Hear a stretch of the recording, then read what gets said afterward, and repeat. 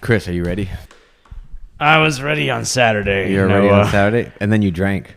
Yeah, well, that made me ready. So, we would be remiss to start this podcast without giving a shout out to our lovely sponsors, Crown Rash Guards. Crown Rash Guards. Straight out of Texas? I believe so. Texas. The great state of Texas. The great state of Texas. So, check them out, guys. They are sponsoring today's podcast. You can see them. Crown Rash Guards on social media, Instagram, Facebook. It's at Crown Rash Guards. You can also check them out on their website, crownrashguards.com. We've been wearing them for what, like 2.5 weeks now, 3 weeks? And do they look any different from how we first got them? No, with very consistent wearage. So. Yeah. So these things are durable. They have a really, what we call a minimalistic design. So check them out if you're looking for something. And and sleek. And yeah, you got the shine. Like you're wearing something else right now. Oh yeah, it's clearly not a Crown Rash Guard. And it's not. It doesn't have that sheen. I didn't do laundry. It looks dull and bleak. It does. Where the other one is very sad. Powerful. This one is It exudes prestige, I guess. So, Crown Rash Guards, ladies and gentlemen. Yeah. So check them out. They're awesome. I highly encourage you to just read the story on their website because it's just a really cool story about, a guy, Anmar, that was frustrated with, the rash guard situation for himself. So he actually, being entrepreneurial, investigated, how could he solve a problem for himself? And then that turned into, hey man, let me sell this to other people. And it was...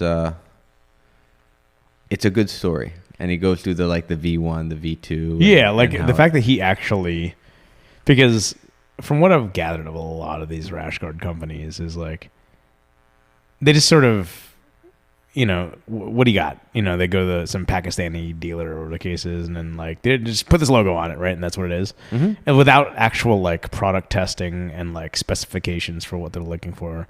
But he clearly did the homework, and he investigated quite a few larger rash guard manufacturers to see kind of what they can what they got going on to try to provide the best product for us at a very, very good value. So that's super functional, and he did a really good job with it. So I'm very, very impressed that the small guys making it happen. That's awesome. Exactly. So as I like to say, if you want to support small business, this is a jiu-jitsu guy doing something for the jiu-jitsu community. So check him out. Again, crownrashguard.com and Crown Rash Guards on Instagram and Facebook.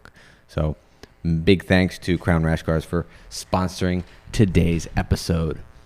So today's episode, we actually have a topic today. Yes, a very involved topic. A very involved topic. Another... what would we call it? Recounting of events. I got my T-shirt. I'm wearing it right now. It feels good. Is it a different? Is it the exact same design? Just different. Different logo, different color. Logo. Okay. Very good minimalistic design they have going on there. So they do have a nice. They do choose a nice cotton, whatever. You mean it's not Hanes BVT heathered gray? No, it's not. We'll let people figure out what that's a reference to if they know. So if you know, you know. if you know, you know. Noah. Yes, sir. Congratulations. Oh, here we go. You always start with the congratulations. Right? You had a fairly good experience recently. Yeah, so we're talking about so if we go back, this whole story started 2 months ago when I competed at Pans, and you can listen to that episode in the archives. And I basically suffered an MCL tear, a partial MCL tear in my left knee while being on my opponent's back, which... go listen to the podcast for a blow-by-blow description of that. But anyway, I kind of told myself, hey man, I need to overcome this injury. I need to get back on the horse. I don't want to develop a a fear of competing and like, Yes. if you compete, I'm going to get hurt all the time. So fall down 3 times, get up 4. Exactly, which makes something like no that. sense because you should only get up 3 times. You fall down 3, but you know it is what it is. what does Rocky say in the remake? It's like It's not a remake. It's like it's about taking a punch. It's not about hitting people. It's about taking a punch and something like that. And keep That's how moving winning's done. forward. And keep moving forward. That's how winning's done. That's how. Anyway, It's not like you. I held you in the palm of my hand. You see this? Anyway. Is it the one where he beat Antonio Tarver? Yes, exactly.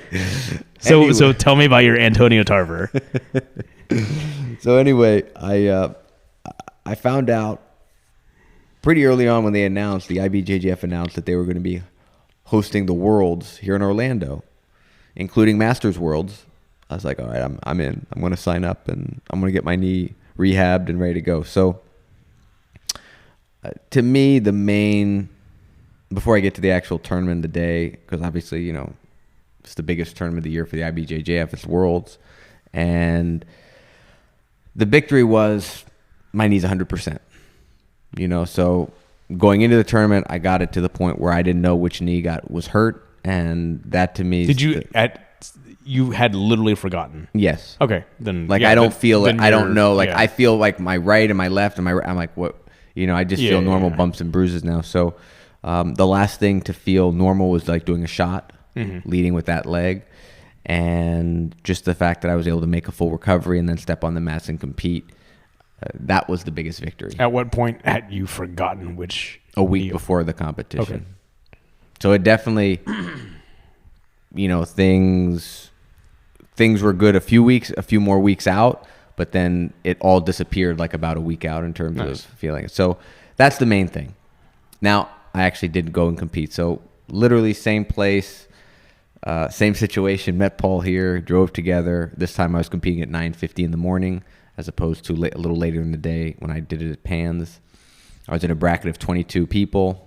Yeah. I went up a weight class because I didn't want to think about cutting weight. So I competed at the 181 weight class. Instead of 176 last time? Instead of 168. So 80 kilos last time. Yeah. So right. I ended up, you know, essentially just eating whatever I want, working out. And I was probably walking around. So you didn't have to cut weight necessarily? No, I did not have to cut weight. So energy levels are good, but I probably was walking around maybe 3 to 4 pounds under the weight limit when I weighed in. And you were okay with that? I mean, it was what it was. Yeah. You know, there is, you know, there is more to that when we go into the matches and the opponents and what they look like and all that kind of thing. So I was in a bracket of 22. I got a bye in the first round. So how do they determine who gets the bye? I don't know. I was seeded 12, I believe, out of 22.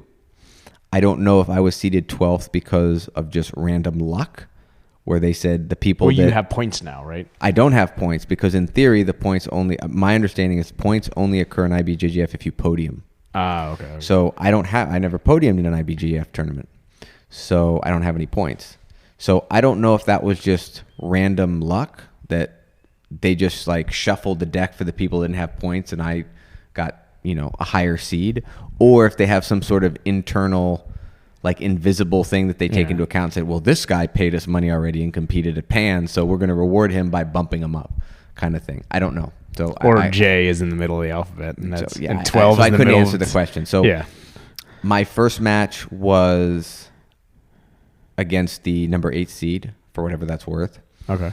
And when I got there with Paul, we got there. And they did do the thing. It's like 22 was against 1. 21 was against 2. Well, 1 gets a bye. Oh, 1. Okay. Yeah, so the top seeds get buys, and then the lower seeds. Okay, so 2 is against 22, 3 is against 21.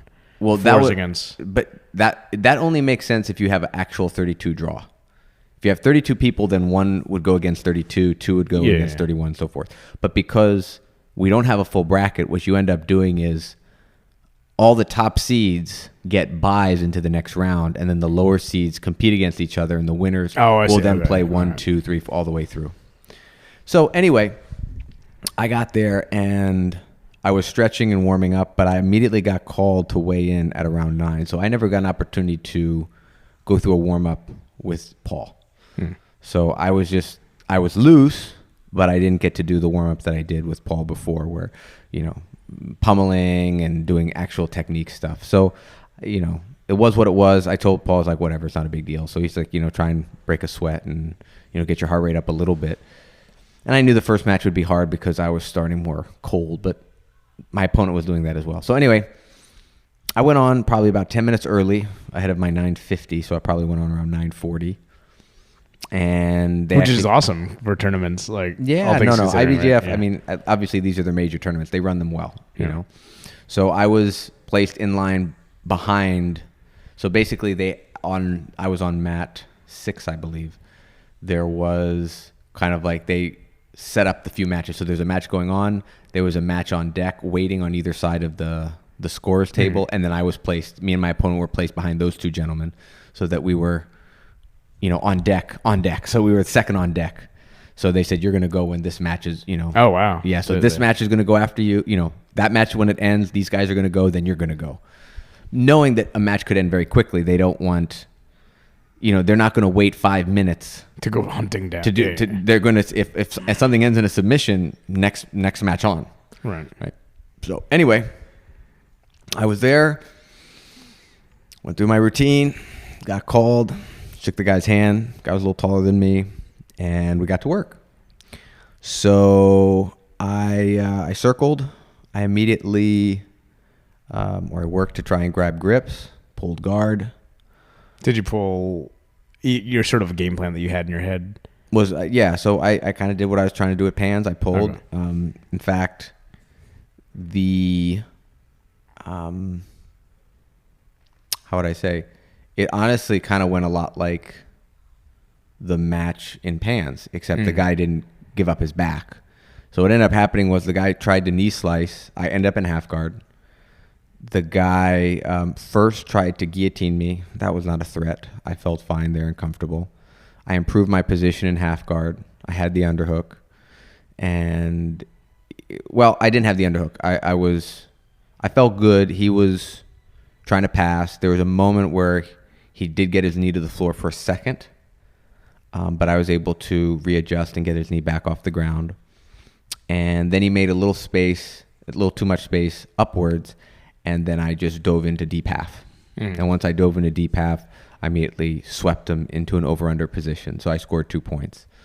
At that point, he was trying to do some sort of collar choke, and I did not want to risk getting caught by some weirdness.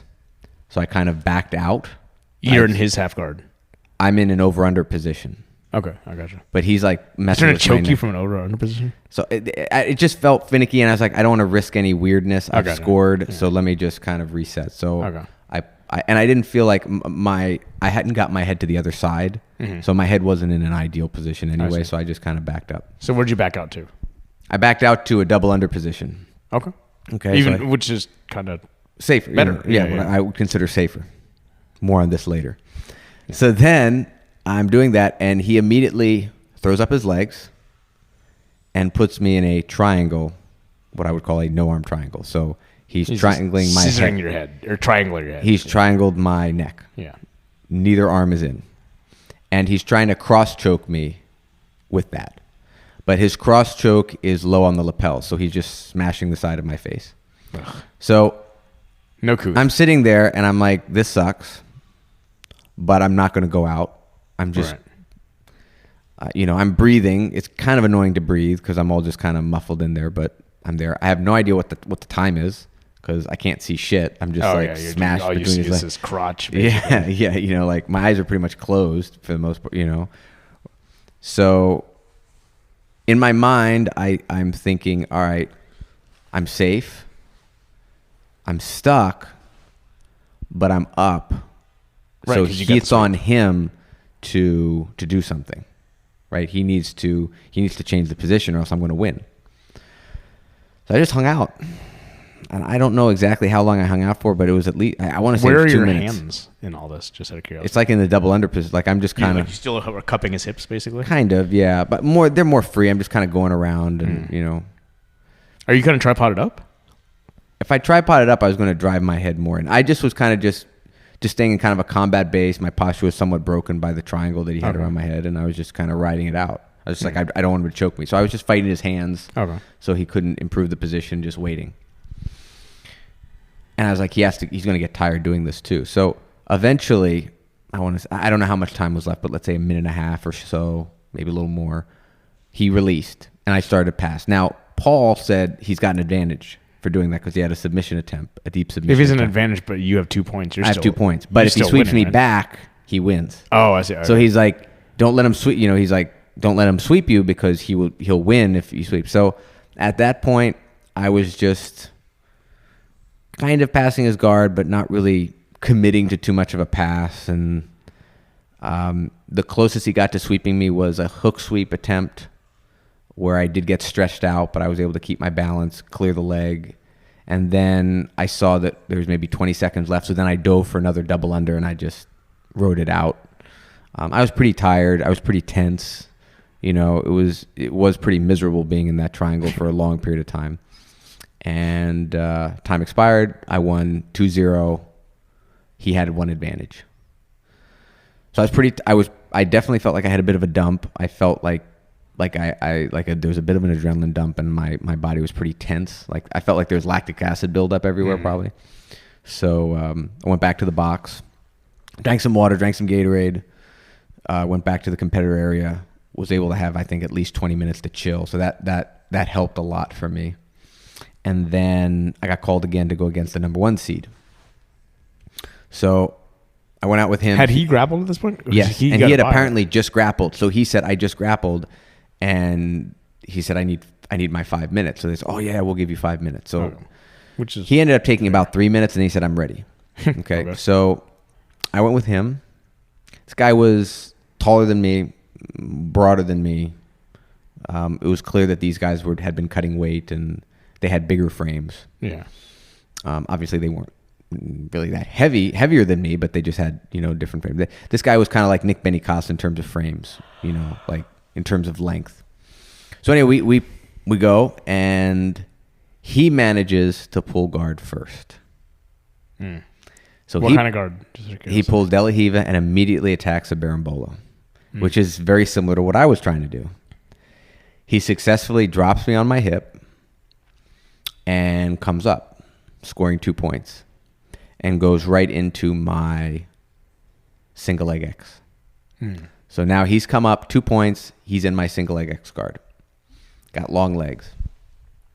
Well, that's a lot to stretch out, isn't it? But it's single leg X. I actually like single leg X against longer guys because I can scoop their leg a lot easier. I have a harder time with shorter leg guys like Joey and Paul because I like the ratio of, if I deal with a longer leg guy, I like the fact my shorter legs can, I just like the proportions. I see. Like they have more space to play with. Yeah, exactly. And I can really be tight around them. Your body takes up less of their... You're not getting in the way of yourself. Exactly. Yeah. So it actually... I do better in single leg X against longer leg guys. X guard is different because you're trying to stretch them out. But single leg X, I'm literally attached. And if anything, my butt just keeps coming off the ground. You know what I mean? Right. But it really feels like your entire body is clamped to them, which is annoying. So anyway... He's doing a good job just being heavy, trying to drive his knee to the ground, and he clears my outside leg. He would keep clearing it, and I would recover that, keep clearing it. But he never was making a strong attempt to pass. I was expecting him to make a strong back step or drive my middle leg back to try and mount directly, that sort of thing. But he just kind of hung out. So I was in that position for a little bit. I was trying to make space, stretch him away, which was hard because he was smushing me up, he was doing a good job there. And I was trying to scoop his leg and get under it so then I could come up. So I managed to make a little space. He made an adjustment that gave me a little space as well. I was able to scoop his leg, and he started to stand up, so I went to X guard. Okay, I was like, he's giving me X guard, so I'm going to go to X guard. And you've already scooped his leg at this point? Yes.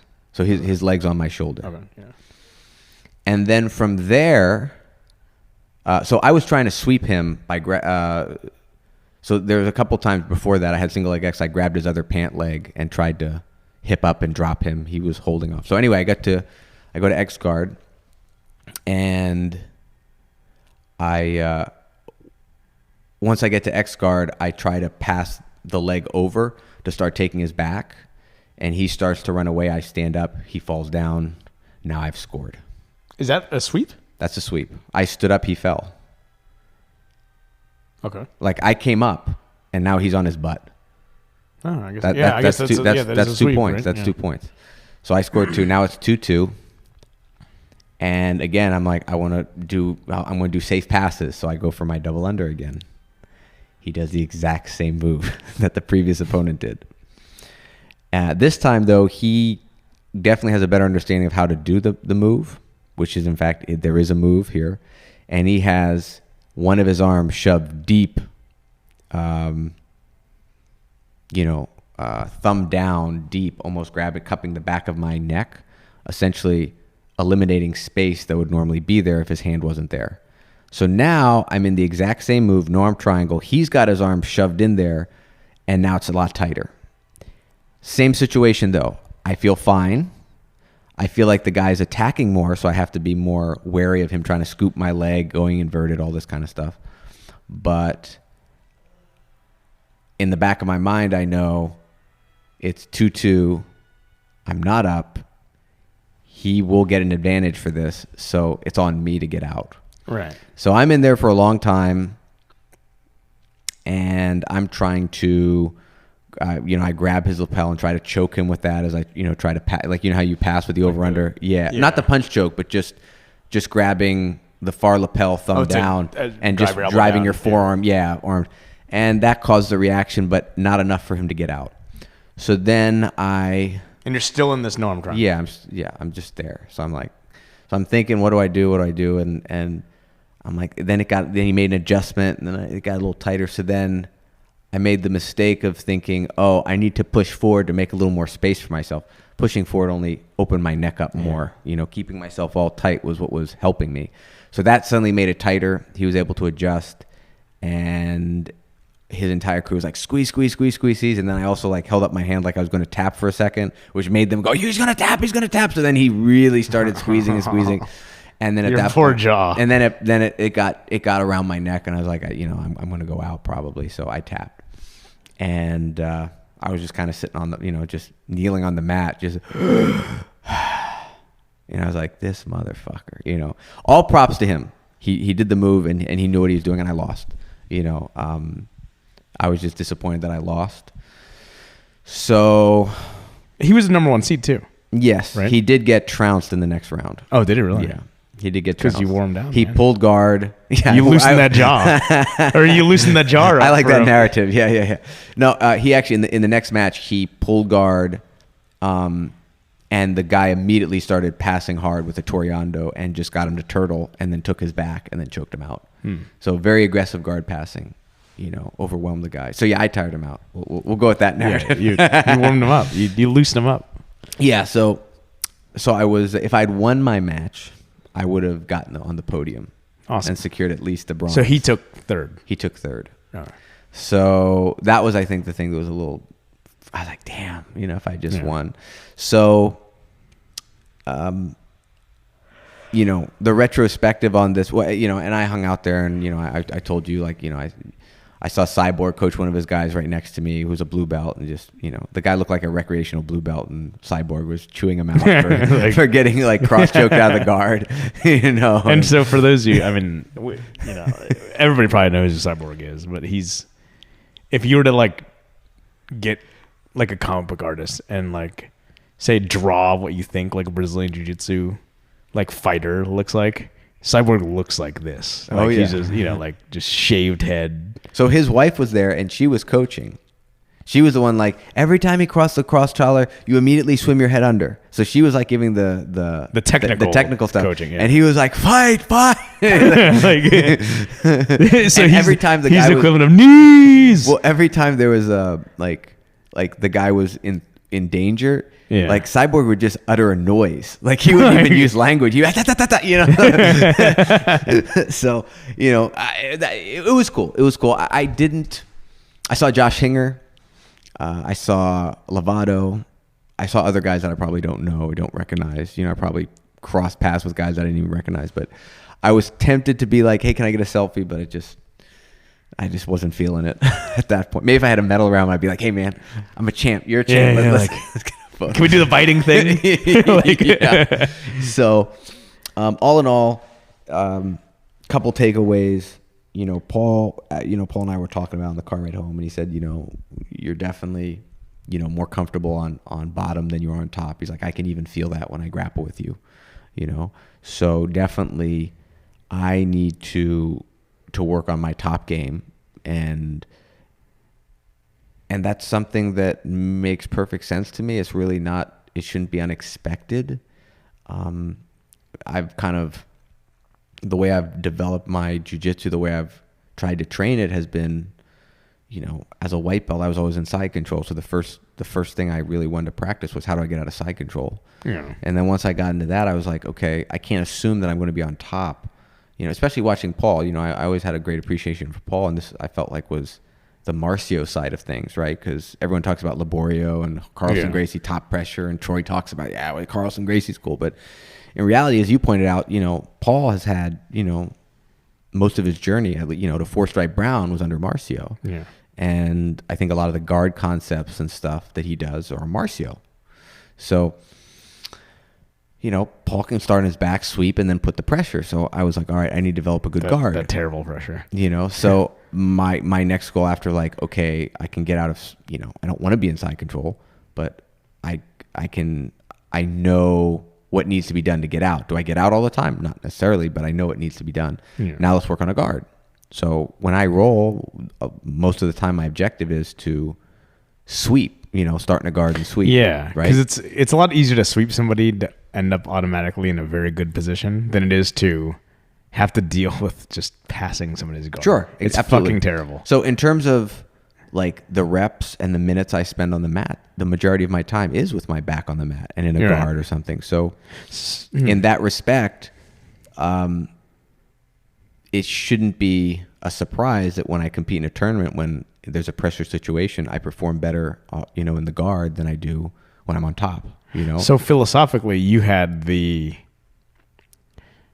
awareness to recognize that and develop a strong guard because of that, right? Because you recognized early on, you said I'm always on my back, I'm always in side control, blah, blah, blah. So I'm going to obviously spend a lot of my time focused on that. So is that to say then, because we've discussed it a lot just from the standpoint of teaching beginners, should we put a stronger emphasis on not being on bottom and developing a stronger top game? Or do we teach them to inoculate them into jiu-jitsu more? I'm going to use vaccination terms here. Oh boy. Because we're so strong. I don't know. That to me is a choice of, that's I think a personal choice of the student. To me, the reason I approached it this way was almost we talk about video game analogies, how do you want to construct your character? How do I want to develop my role-playing character? Yeah. I want to develop in order for me to have control over the roles and be able to funnel, in my opinion, the way you do that is you have a good defense and can sweep, then you can always funnel to the positions you want. Because if you want to start on top and the person concedes, then you start on top. If you want to start on top and the person doesn't concede that, then you just go to guard and sweep them, and now you work on top. So, right. I don't want to be in a situation where I'm like, oh, I'm great on top, but if you put me on my back, there's nothing going to happen, right? So out of maximizing my ability to funnel at the earliest stage possible, I've worked on defense and guard. So in that respect, I have to look back and say, all right, I might be salty that I lost because I'm competitive and I don't like losing, but in all three of the matches, including that one in Pans, I'm counting, I swept the people within a minute of being in guard. So that's good, and I never felt, so the way I would say it is, I wouldn't say I didn't feel threatened per se, but I felt like I was aware of the battles that were happening and what I needed to do to win those battles. Whether I won them or not, that's up to jiu-jitsu and athleticism and timing. But, like I said, that guy in my first match of Worlds, the guy did get his knee to the ground for a split second there while trying to pass with a knee cut. And I knew that was danger, and I quickly adjusted and counted. So whether or not he succeeded or not, or I failed or succeeded, I knew where those battles were that I had to win. Whereas when I'm on top, I'm a little more at a loss for these are the grips I need to win. These are the grips he needs to win. And that's the battle. And that's where the inexperience of being on top and but shouldn't we approach it from the standpoint of Preet then, right? To be you already are a very good guard player, right? So you know what grips you need to develop a good guard game. Can't we just reverse engineer that and say, this is what I need to have a good top game? Sure. Right. Like, I just don't have enough reps. Oh yeah. Okay. Where we in just a haven't pressure focused on it. situation where, or honestly, a lot of it is more muscle memory. Right. That's when I can't operate at the speed I need to let's say be as good a passer as I am on bottom. For me, just instinct. Yeah. You know, I also don't have the confidence to just like I could spaz out a little bit, but I worry that I would throw myself into submissions. I don't necessarily have a feel for as long as I maintain these postures or principles, I can spaz out and I should be okay kind of thing. So that's the first takeaway. Second takeaway is obviously the double underpass. I was just unaware that I was doing the pass wrong. I wasn't respecting the submissions that are there on your neck if you don't have a good posture, and I didn't have I was being lazy with the posture. I was unaware of that, and that's something that I just needed to correct moving forward. So kudos to him. He did the technique properly, and actually of all people, I joked about it, but yeah, Chihuahua said, "Oh bro, damn bro, that's the move of the week at my academy," and he told me like a couple other variations that can happen in that position. So I was just leaning in and pressuring into him. I wasn't making any effort to suck his hips into mine, and I was just leaning my head way too far forward. Like you can't do that. And if you are risking that, you need to have very much a hunched posture, kind of like a boxer defends one side with his shoulder kind of thing. You just have to hunch. Yeah, hawking. You got a hawking on both sides. So that was the experience, man. I mean, I have to take a step back and say, all right, I won a match at Worlds. We can debate, against somebody who's higher seated than you too. Well, I mean that who's an 8. The seat, yeah, but I mean I guess I would just say it's hard for us to know, what strata of the blue belt population between 30 and 35 is going to go to Worlds, and if it's a good representation of the skill level, or the upper skill level of that division. I would say, but if you're willing to travel, exactly. they're probably you're better a serious competitor at that point. So I would think so. I'm sure there are better people out there at gyms all around the world that are blue belts that are in their 30s. But I won a match. I wasn't trounced in any of the matches. Right. So and you're uninjured. I was uninjured. Just ego a little deflated. But besides that, like I said, matter of factly, it was, I got things to work on. You win or you learn. And, I learned some valuable lessons about, the double underpass. I learned some valuable lessons about what I need to work on to be a more complete grappler. And I think I believe very much in kind of the path I've kind of laid out for myself in my mind for how I want to develop my game and what I want to focus on each day. And I do think I'm going to focus still a little more probably on some guard work, but over time that will lead into more and more top stuff. And it's ironic because I did see an interview or conversation between Bernardo Faria and Gordon Ryan like a month ago or so about how to develop. No, it's not. It was the YouTube video that complements the instructional, right? You know how they shoot the instructional and then Bernardo comes in and says, "Oh, we just shot an instructional," and then they just talk about stuff. So his question was infomercial. Yeah, kind of. Yeah. And he was talking about how to develop, and Gordon talked about you should first learn how to defend subs, then guard, and then as purple to brown, that's when you hone your attacking skills. So I mean, I'm not saying that's the way, but that's the way that I opted to do, and that was before even seeing that. So I do think I'm on the right path, and it's just a matter of time and so far all my losses, I mean, the two of them have been just lack of experience, but when I've done what I do, it's, the jiu-jitsu works, Right. I've succeeded. So obviously as a competitor, I want to win, and it's always disappointing to lose, but I was injury free. I came over the knee injury. Those are the biggest wins. And I got stuff I got to work on, man. I'm just a blue belt, and I've been doing this for only 3 years, so I got a ways to go. So that's kind of where we are. Did you hear that? Yeah, is that your shoulder popping? Yeah. So you almost fell asleep while I was talking. Did you have a rough day, man? Dude. Yeah, I'm pretty tired. I was considering not coming in, but I appreciate you coming and recording, bro. Yeah, I was doing it for the fans. And just like myself too, because like I wouldn't have jiu-jitsu this week. Well, I mean, I'll have Monday or Tuesday and Thursday morning, but still, I wanted to make sure to get my mat time in, my Chris time.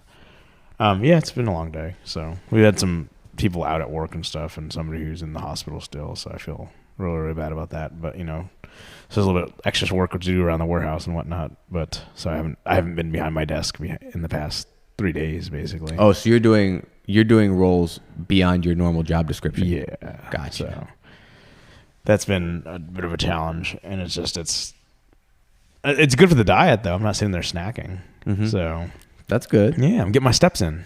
It's all about the steps. So did you get a chance? I don't know. Do you have a Flow Grappling account? No, okay. I'm going to get one though, because it's good to support the community. Okay, so so you haven't seen the matches. That matches are not actually that interesting to watch, in my opinion, because at least half the time I'm just sitting in both matches, just in this position. For those who are uninitiated to jiu-jitsu, very awkwardly. By the way, I actually, so I had like I'd say a strained intercostal muscle, like what's between your ribs. Yes. I didn't feel that at all when I competed. Do you feel it now? I feel, it's just sore. It's very tolerable. But the next day, I had a very slight headache and my jaw hurt. Oh, I get it. So from being in that vice for that, I was like, okay, these guys were kind of squeezing. In fact, when I had breakfast, just chewing hurt. I was like, ow. Can you wear a mouth guard in Yes, IBJJF? thank God I was wearing a mouth guard. I was that would have been bad. Good Lord. If I couldn't wear a mouth. You would have your teeth would be like a brontosaurus's, right? Like just like they'd be all flat teeth.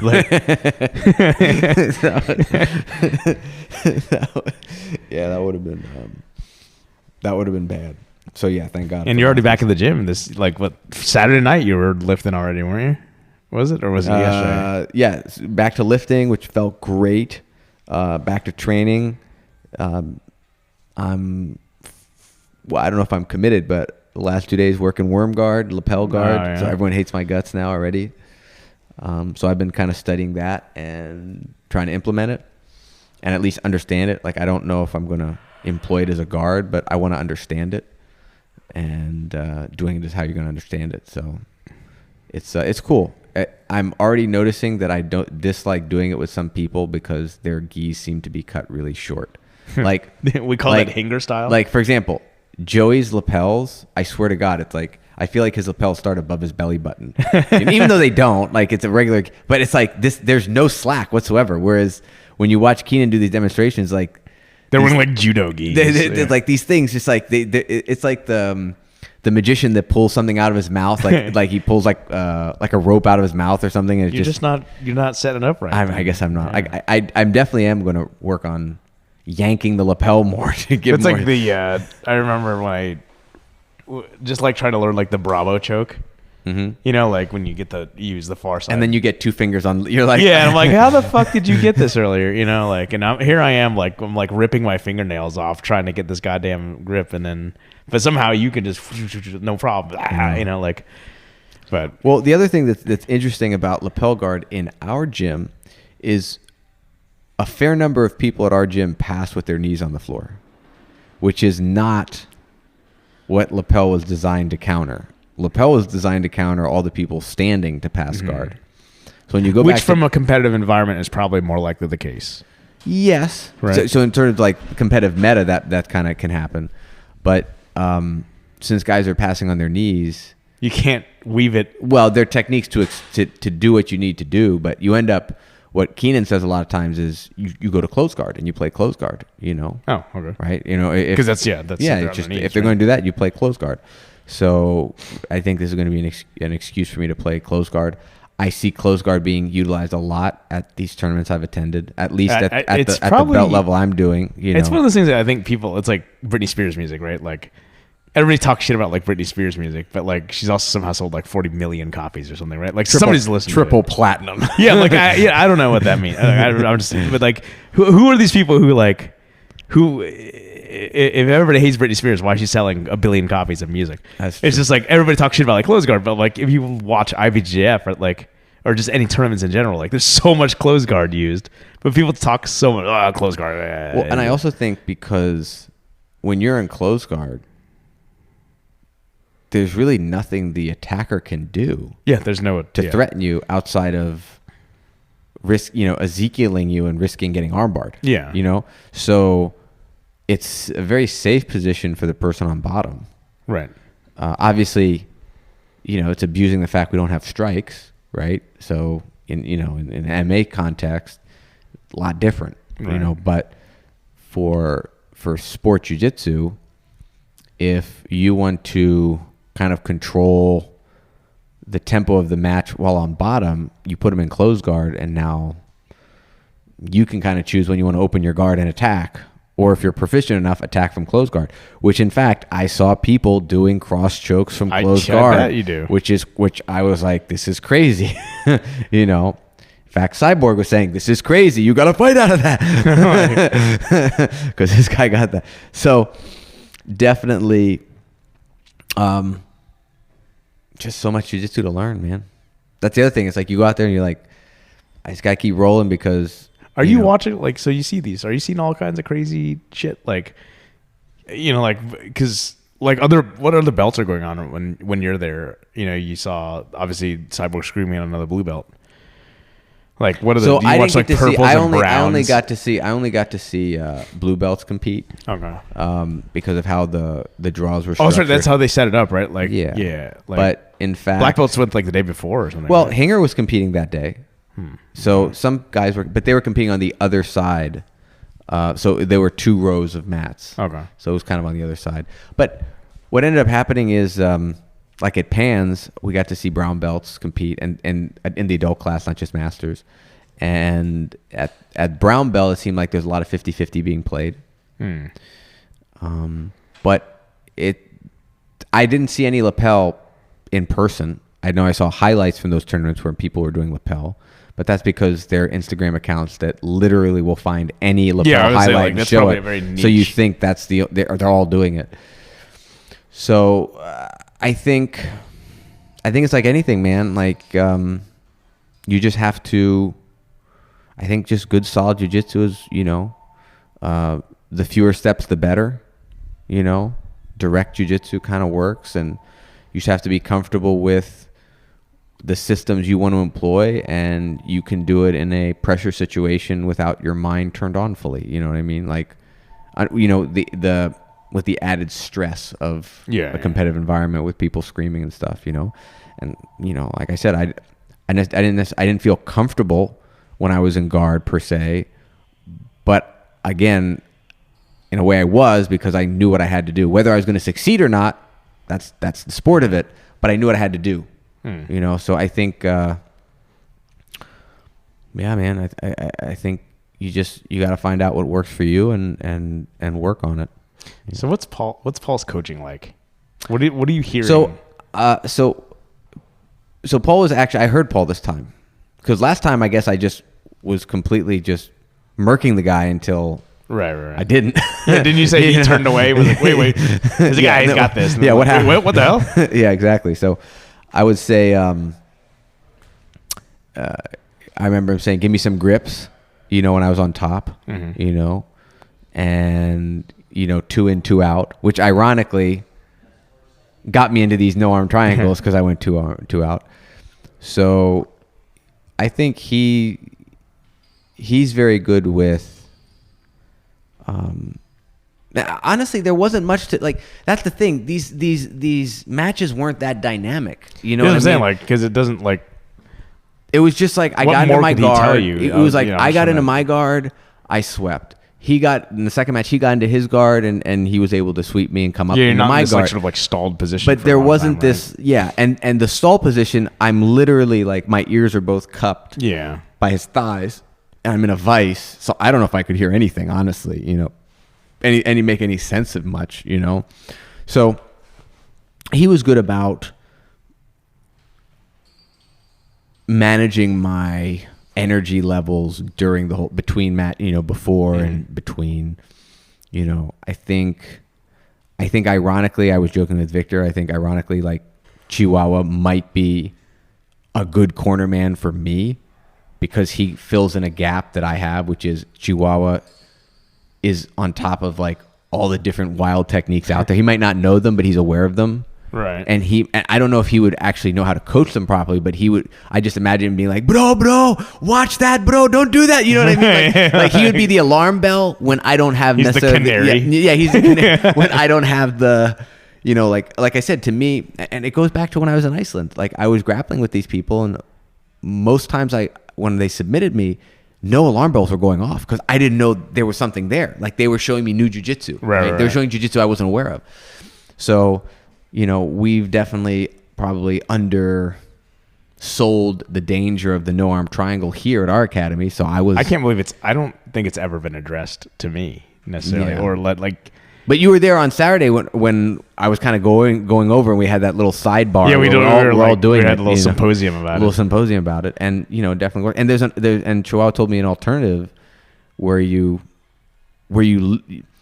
grab both sides. That's of the lapel, one. That's what and I you thought scissor, it was. and you just scissor your leg straight up. That's and what I just thought it was. Okay. When you had described it to me when we were chatting, that's what I envisioned.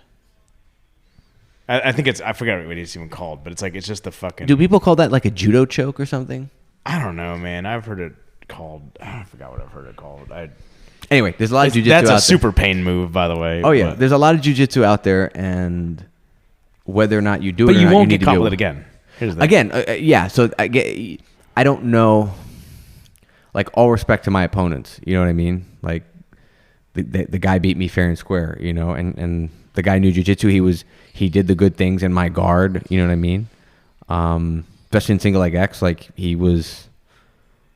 I don't know how comfortable he felt, but he was making things harder for me. I wasn't just like doing things, you know, like I had to work for it. You know, I had to find my moment and you know, create a little space and work. But so far, and maybe I'm inviting the jiu-jitsu gods to be like, oh, really? You know, but I've been caught with things that I wasn't aware of. You know what I mean? Which maybe that's how it is. You know, I mean, you know, Ryan Martman would be like, well, see, you got to always be attacking. You know, but I think I'm hopeful that over time, as I get more experience and I grapple with more people, that my radar for these things will get better, and I'm less likely to get caught in them. You know, and then you have to do a good setup. You know, and you don't strike me typically as a double unders passer. That's what I've been going to when I'm going to these competitions. Like when I was doing my competition training, I was going to that because I felt like it was just a solid, safe pass.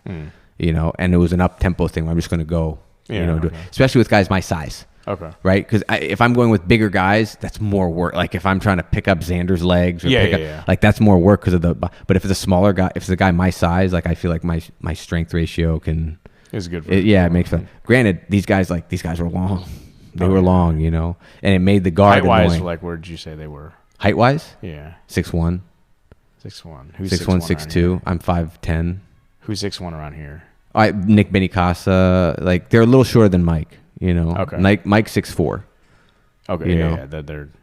Man, Mike's 6'4". Yeah. God. He And now he's 209. He's lifting feels weights. every bit of it too. He's lifting weights now, ladies and gentlemen. He's getting stronger and heavier. Don't do that, Mike. I was like, Mike, what are you doing, man? Do you just want to just like, yeah, like? And I went with him, and he felt heavier. I was like, oh, dude. I was like, oh boy. He wasn't even trying on me, and I was like, God, you feel so heavy right now. Like, So.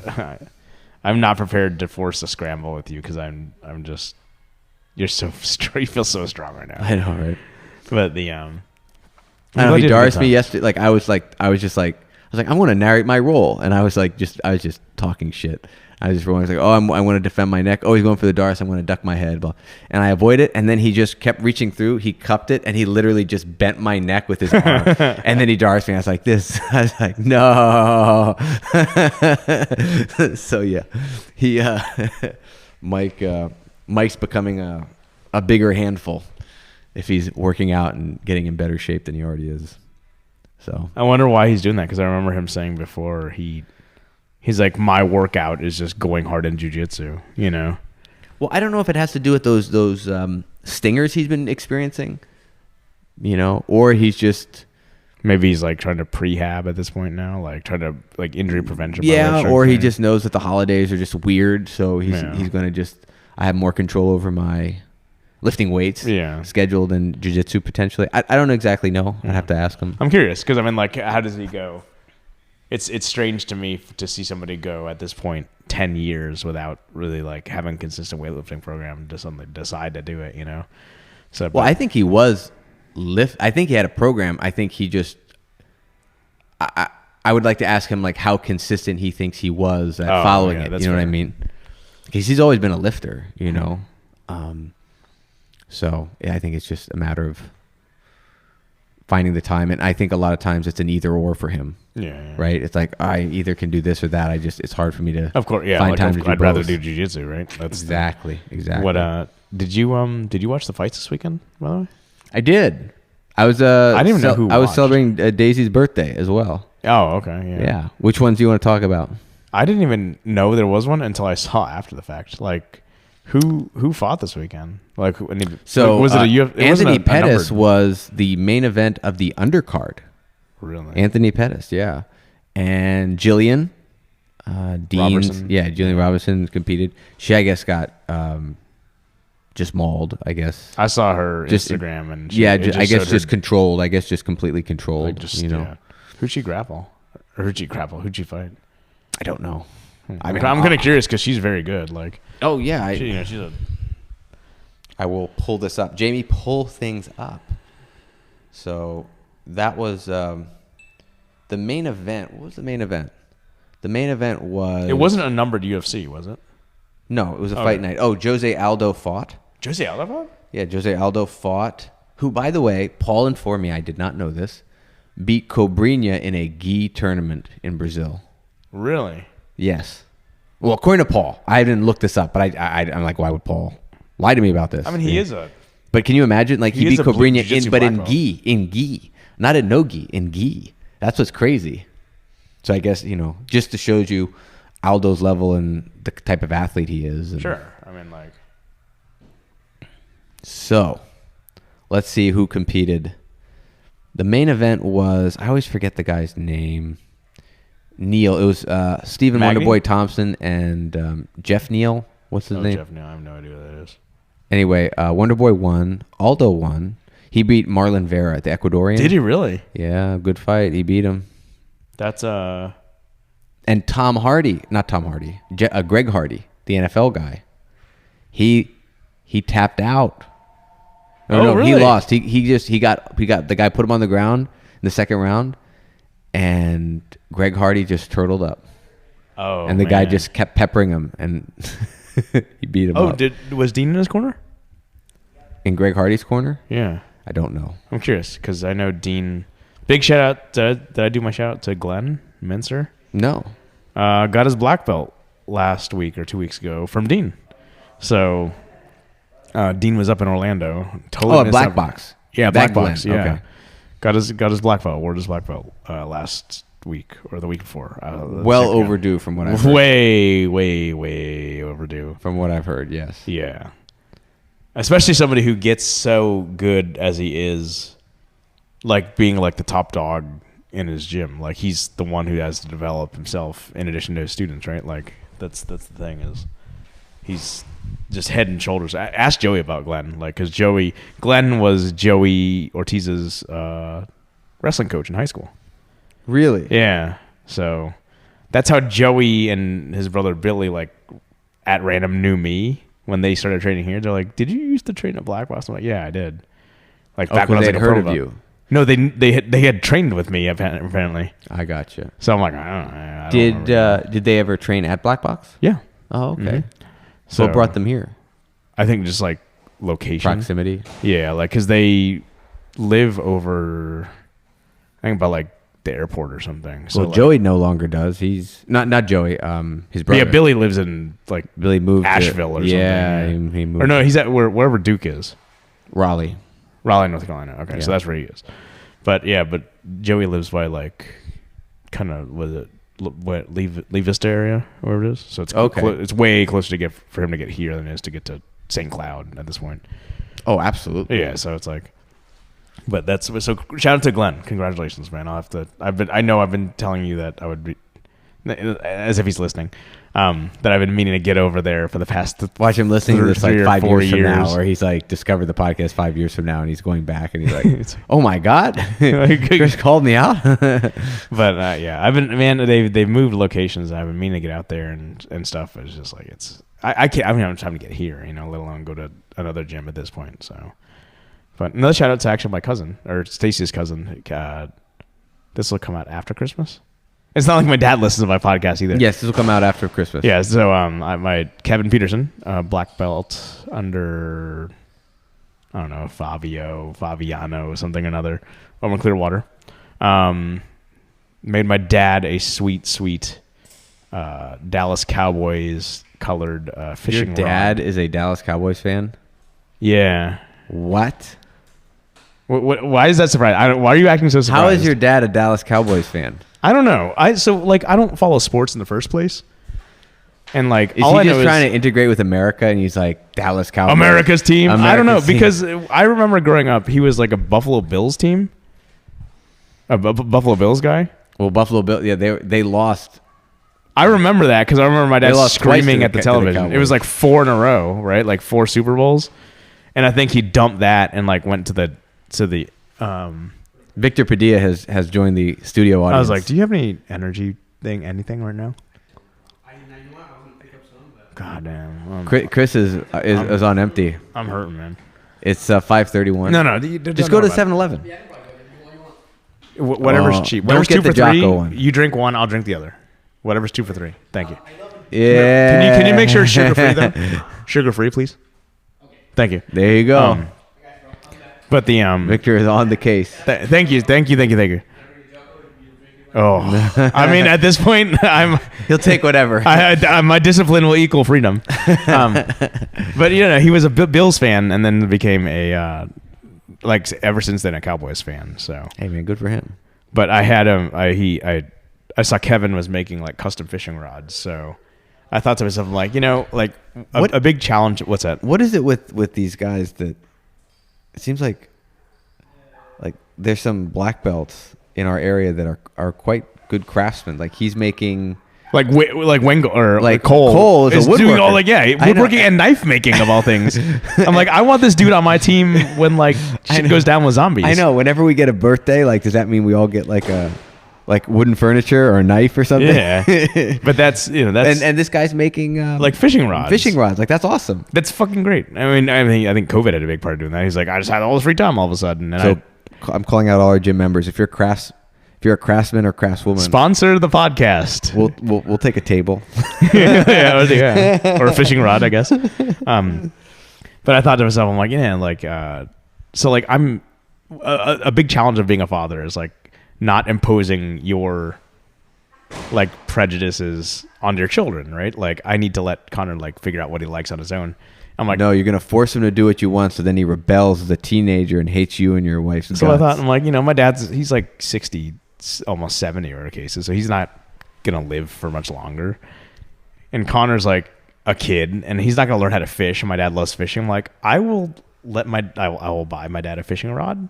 I'll buy Connor a little kid fishing rod, and then go fishing together, and that'd be a cool little grandson thing to do, and then dad can sit behind him and play his DC Legends game, and it's good bonding, man. it is good bonding. So Kevin swung by my work today and dropped off the fishing rod. That's awesome. We chatted for a little I have fond memories of watching The Price is Right with my grandmother and playing poker for pennies. Really? Yeah. That's awesome. Yeah. I'd even watch a little bit of the soap operas on. I think it was Days of Our My Lives. stories. It was. I think it was Days of Our Lives, and there's another one. Another World. Is that one? I don't know. I don't even know. All I know is I think my sister used to watch like. It definitely wasn't Bold and the Beautiful or anything like that. But I remember Days of Our Lives, and there was this guy Victor that was always like he sounds evil, by the way. Like Victor's always. I mean, sometimes he was evil, sometimes he was good, but he was like the elderly guy with the mustache and he looked like when I think about him, I think Alex Trebek for some reason, yeah. But I'll probably my childhood memory probably is off, and if I looked him up now, it'd be anyway. So that would be on, and then Price is Right would come on, and we'd watch Bob Barker and Spin the Wheel and come down, and we'd play for pennies. You know, I had my little penny bank, and we'd go back and forth. You could play poker. Yeah, of all games. Oh yeah, but it wasn't Texas Hold'em. I was still like Texas Hold'em was like a new thing, right? No, like, that was Texas Hold'em had not grown in popularity. It was like 5-card study you're playing, right? Like, it's like I get 5 cards. I can throw back up to 3. Yeah, and what do you? Yeah, exactly. Because like the whole when did the Texas Hold'em thing become a thing? Like that was. I'm sure someone can. I'm sure there are people. Was it like the movie Rounders? Like it might have been a movie that brought it to. Obviously, once ESPN2 started showing it, that's when it was, and the World Series of Poker was a thing. How crazy is that? Like ESPN was showing fucking bullshit sports like that before MMA. Yeah, I mean they show darts sometimes too, and bowling.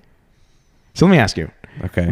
How do you differentiate? Because how do you differentiate a game from a sport? A game from a sport.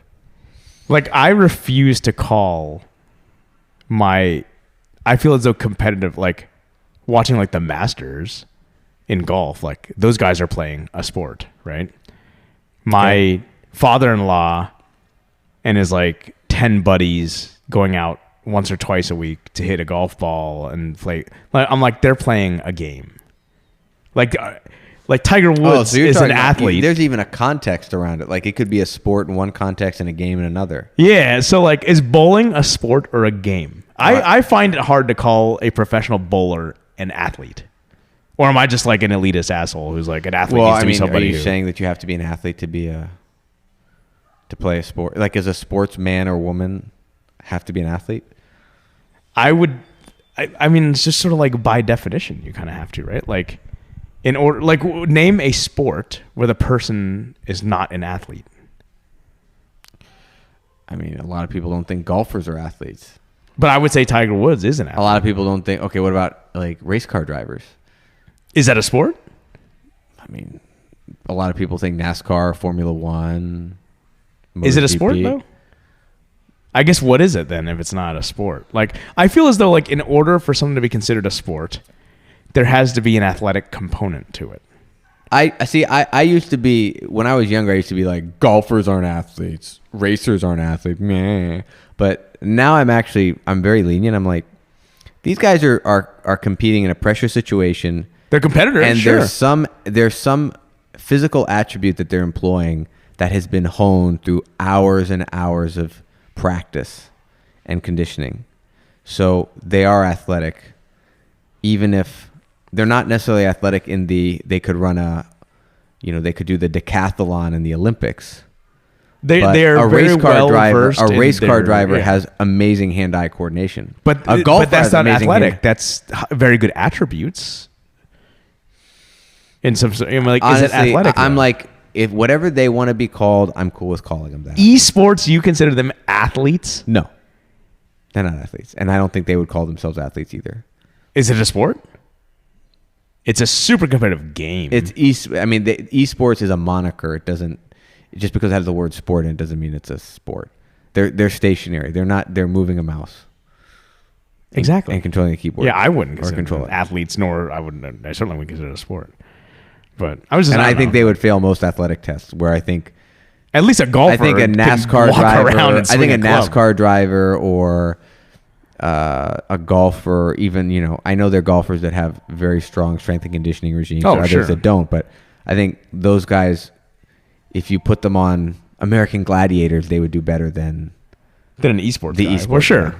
Or I mean, like, I don't know. I got the subject of that. I was pondering. Well, it's funny because I was driving a car recently and I was watching Kingpin, one of the early Farrelly brother movies. You mean the Amish bowler one? Yeah.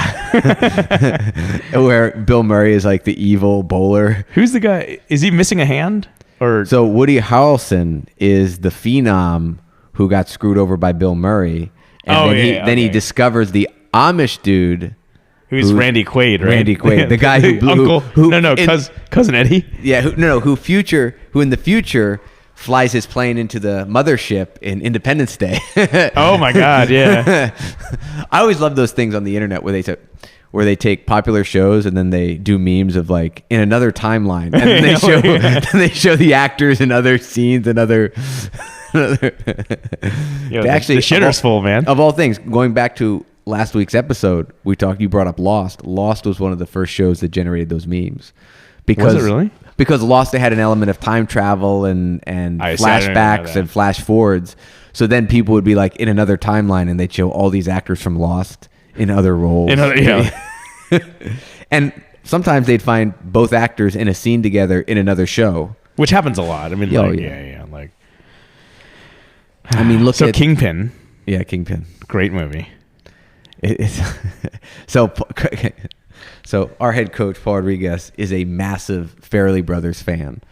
So whenever I've traveled with him, he's always got them going on an iPad. So does he really? I got to go and watch all of them and kind of rate them and stuff. So is Shallow Hal a Farrelly Brothers movie? Shallow Hal is actually one of my favorites. I like that movie. I think it actually has a good message too. Like the other ones just slapstick. The other ones, sort of. I mean, they all have varying good messages, but that one to me, the characters are the most like the main character is the most likable. Whereas in these other shows, in a lot of the other, like in Kingpin, a lot of those characters, you root for them, but they're not necessarily like the best characters.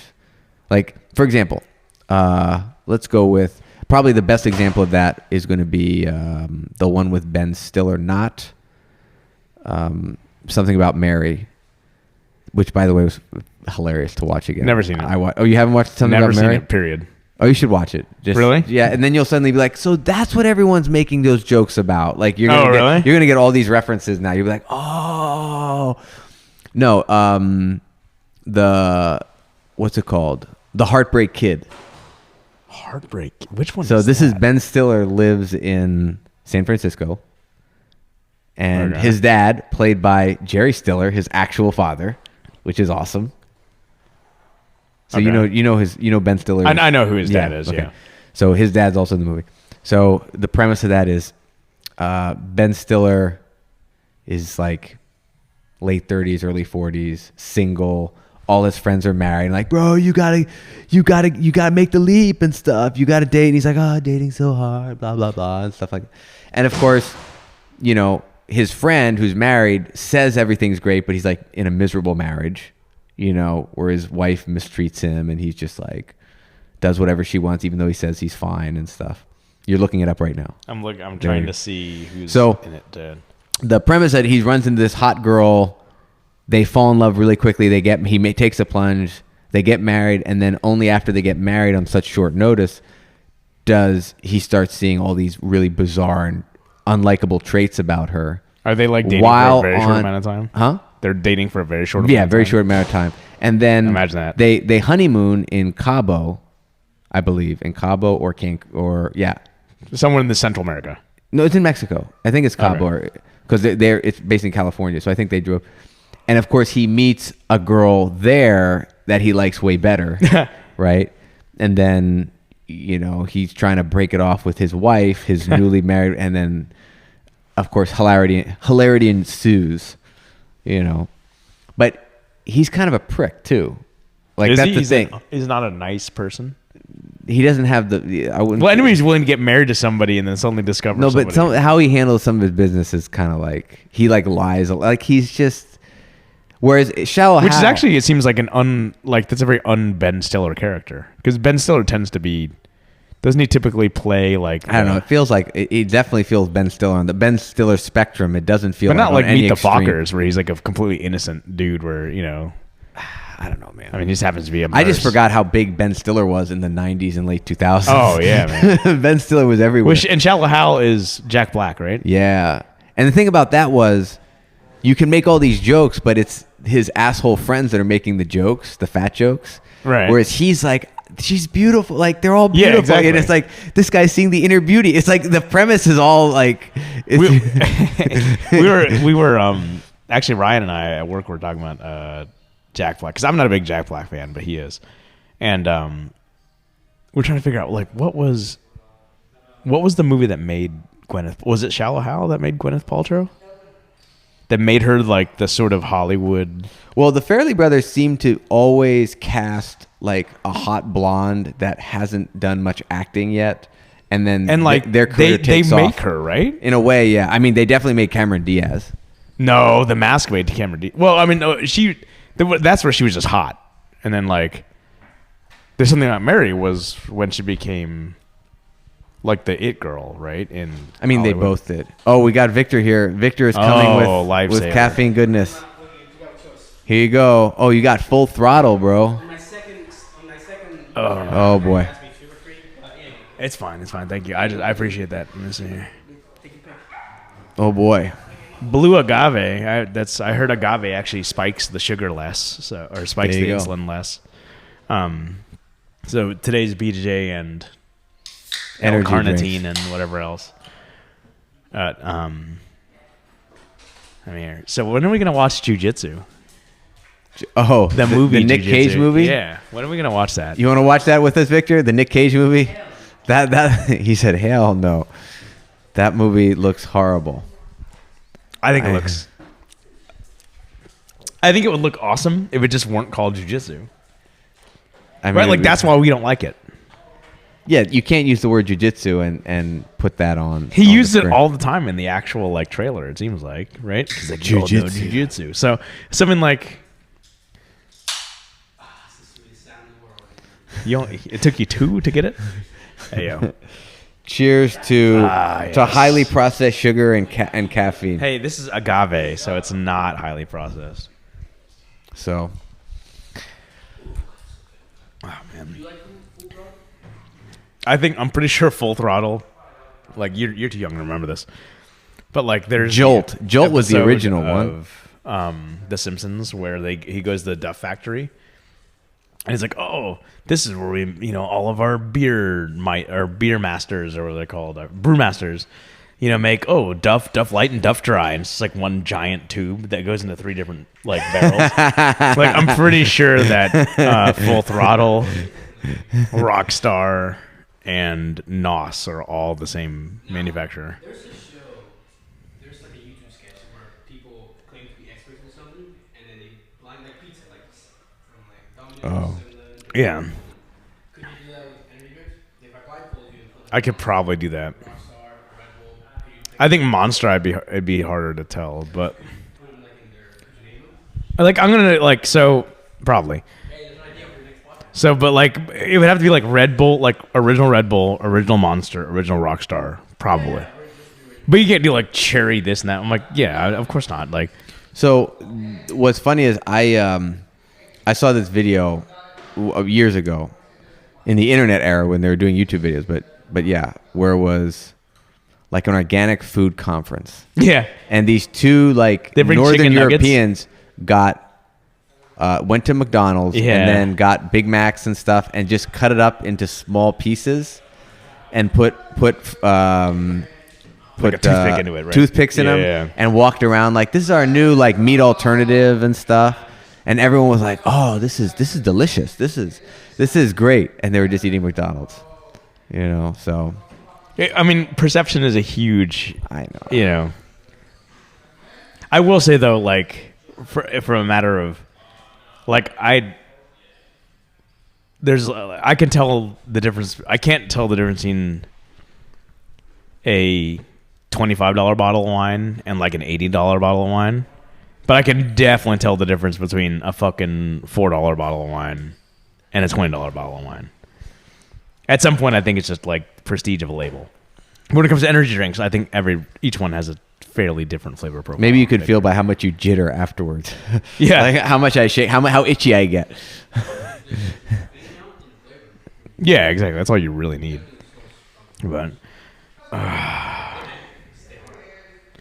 Is it whose term is stay hard? That's Goggins. Yeah, first off, like, don't another man should never say to another man, "Stay hard." Hey, Chris, stay hard. I mean, like, that's Goggins' thing? Gotta stay hard, bro. Well, listen, we got class, man. Oh my god, what time is it? 48. 12 minutes to class. Is it bad if I just like leave right now? Or just, like just I get stay into here. my rash Just guard? stay here.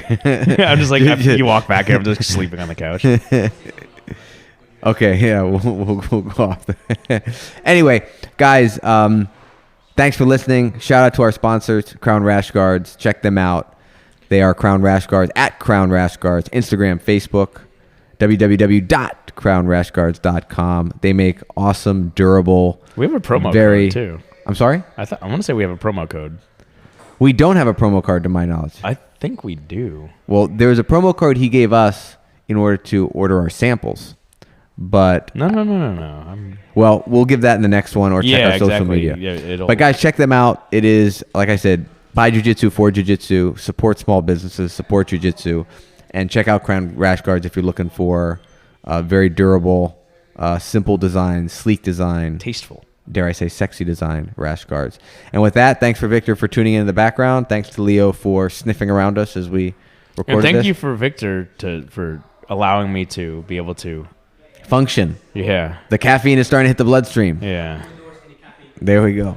So we will catch you next week, same time, Like, same subscribe, place. share. Bye.